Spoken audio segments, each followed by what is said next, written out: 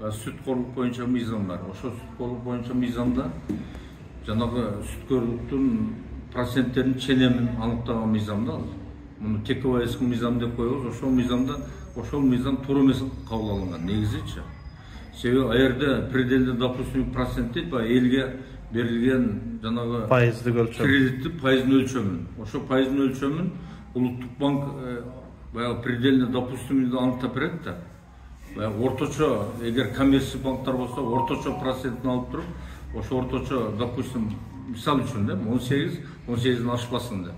Же болбосо 15-15-ден ашпасын, же болбосо 10-10-дон ашпасын деп белгилеп бериш керек Улуттук банк. Ошол мыйзамга ТКВ мындай деп киргизген да, баягы ошол банк аныктаган процентке 15 кошуп эсептелинсин деп. 15 кошуп эсептелинсин дегенде өзү любой нерсе, любой тариф буга башка бекитилгенде там 1 кошулабы, 0 болобу, 5 болобу аныкташ керек да. Ол эмне деген? Подтверждение бериш керек. Булар эч кандай подтверждение жөн эле как банктарга подарка сыяктуу 15% кошуп ала бересиңер деп чыгарып койгон да. Анан ошол мыйзамды биз мындай кыргызча айтып койсоңуз, мисалы банк 10% деп уруксат берсе, анан дагы тигилер 15 кошорат экен да. Ошо банктыкы канча уруксат берген негизи?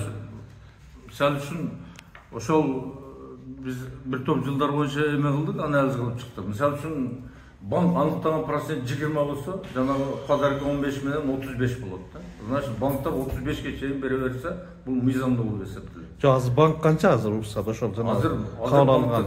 Мисалы үчүн азыр 10 болсо, ол 15-ти кошкондо 25 болот да. 25ке чейин мүмкүн.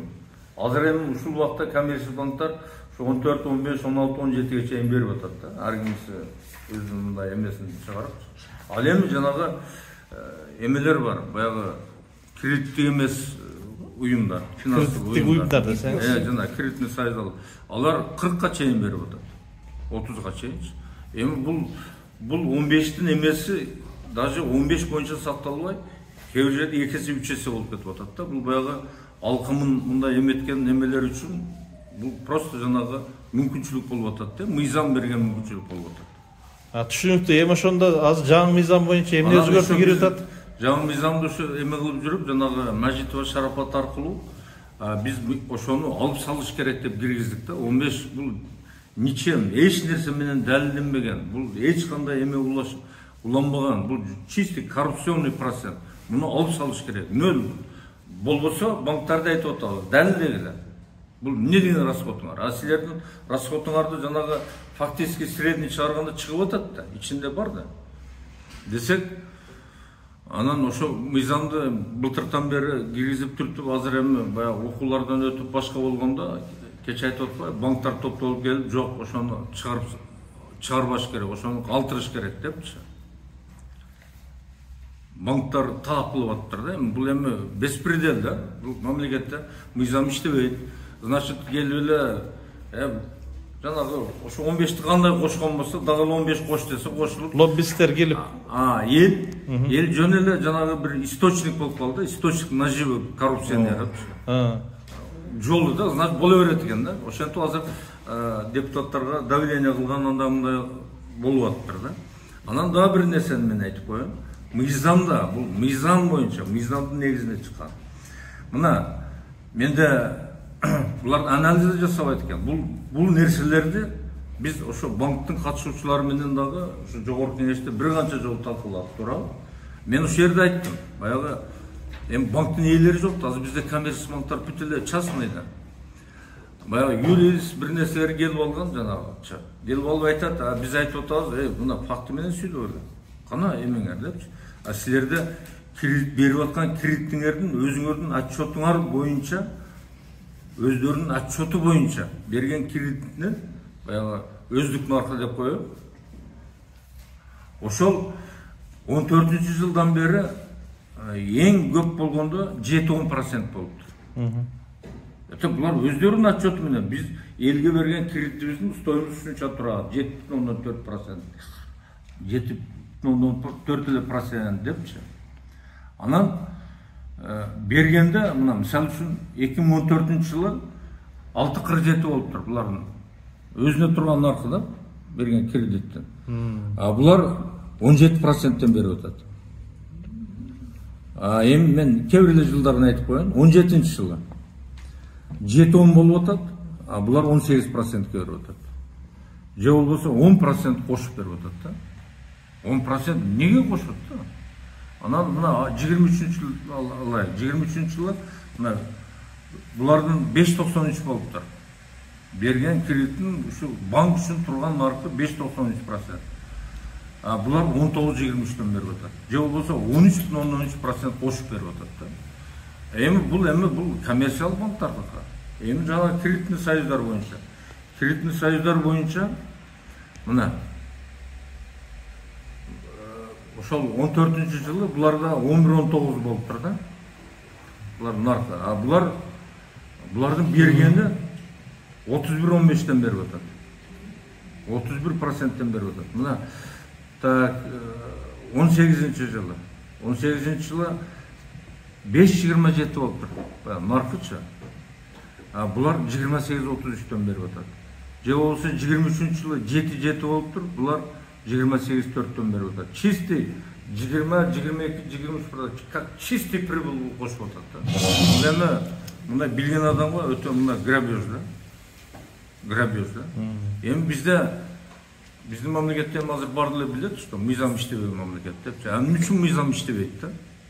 Мыйзам иштебейт дегенде, мыйзамды биринчи ошол аткаруучулар, биринчи мына мисалы мына условияда банктар, коммерциялык банк жана коммерциялык эмес жана кредитный союздар. Булар мыйзамды вообще караган жок да. Мына биз безилдеп атат, булар туура эмес берип атат. Аныкта, мына такта мынча ашша болуп атат деп. Ошону туура эмес деген бизде орган жок да. Ушундай эле маселе ана сот маселесинде же башка бир маселе боюнча да мамлекет кызматын көрсөткөндөр да, мына райондук деңгээлде. Районда абсолютно мыйзам жок. Анан ошону байкуштар арызданып келет, ошо арызды да карып, мына биз далилдеп аткандай, далилдеп берсе ошону сеники туура эмес дей турган бизде азыр эч ким калбады да. Бул министрлик болобу, жогорку кеңеш болобу, президенттин аппараты болобу, ушундай болуп калды да. Бизде ушу 33 жылдан бери ушундай. Ошо бул бюджет дегенде мындай түшүнүү понятие бюджетча. Бул ошо конкретный жылга, мезгилге, мисалы үчүн 24-жылга, 25-жылга ошол территорияда жашаган калктын баягы суроо талаптарын чечүү үчүн топтолгон акча да. Значит, бул элдин көйгөйү болду, эмне болуп эсептелет? Бул эми билим берүү, саламаттык сактоо, маданият, ошо жол, башка нерселер да. Бул канчалык реальный, канчалык жакшы болгон болсо, бул калкка болгон шарт. Мисалы үчүн билим берүү деген система бул мамлекеттин бардыгын анықтайт. Бардыгы билимдүү болсо, бардык нерсе ошондой болот. Бирок бизде ушулар мындай жакшы, бизде мамлекеттин бюджети бир нормальный түзүлгөн жылын мен мындай эсимде жок да, эстей албайм да. Себеби мына азыр айтып берем. Мамлекеттин бюджети өтө так түзүлүш керек. Мыйзам бар. Бул бюджеттин кодексинин негизинде, мисалы үчүн дефицит дегенде 27-ci берене бар. Айда конкрет жазылып турат. Анан ого кошумча кылып эле бир пунктты 3-1 деп туруп нерселерди жазып, бизде ошол нерселер практикаланып келатат. Анан эми бюджеттин кодексинин башка беренелери бар да. Баягы принциптери деген бар. Принцип самостоятельности, принцип калдынаты андай мындай депчи. Эгер бардыгы менен эсепке алынып мындай түзүлгөн болсо, биздин бюджет вообще эми азыр айтып атпайбы, просто маскара болуп атабыз да. Бизде профицит депчи. Профицит эми бюджет кабыл алып аткан жана мыйзам ичинде алынат. Эми мыйзам бузуп дефицит болсо эми профицит деп жазып койгон менен ал эч нерсени чечпейт да. Мен ушуну айтмакчымын да. Себеби бюджеттин жылдын жыйынтыгында бюджеттин дефицитин эме чечет. Бул карыздын өсүшү, тышкы карыздын, ички карыздын өсүшү, анан эмиссия болгон акча. Мен мындай анализ кылдым. 4 жылда бизде мамлекеттик карыз 20-жылы 87 миллиардка өсүп атат. Көрсөтүп коюшу мына. 21-жылга 29 миллиард. Бул ушунча болгон, мурунку жылы мынча болгон да, айырмасы мына ошол. жылдын башында жылдын аягында депчи 22 жыл 41 миллиард болуп атат. 41 миллиард 381 миллион. 23 жыл 81,5 миллиард. Анан жанагы эмиссия 20 жылы 37 миллиард эмиссия болуп атат. Доллар, сом. Неме Улуттук банк ыргытканы 21 жылы 34 миллиард, 22 жылы 82 миллиард, 23 жылы 38 миллиард. Ошондо экөө биригип туруп дефицит түзөт да. Значит 20 жылы 125 миллиард болгондо, 21 жылы 63 миллиард, 22 жылы 123 миллиард. 22 жылы 123,7, 23 119 миллиард. Анан мындай муну эми бүт отчеттордо турат. Интернетке кирсең Улуттук банктын отчеттору бар, ошондо бардык цифра эмелер бар. Бул бүт официальный источниктерден алынган да.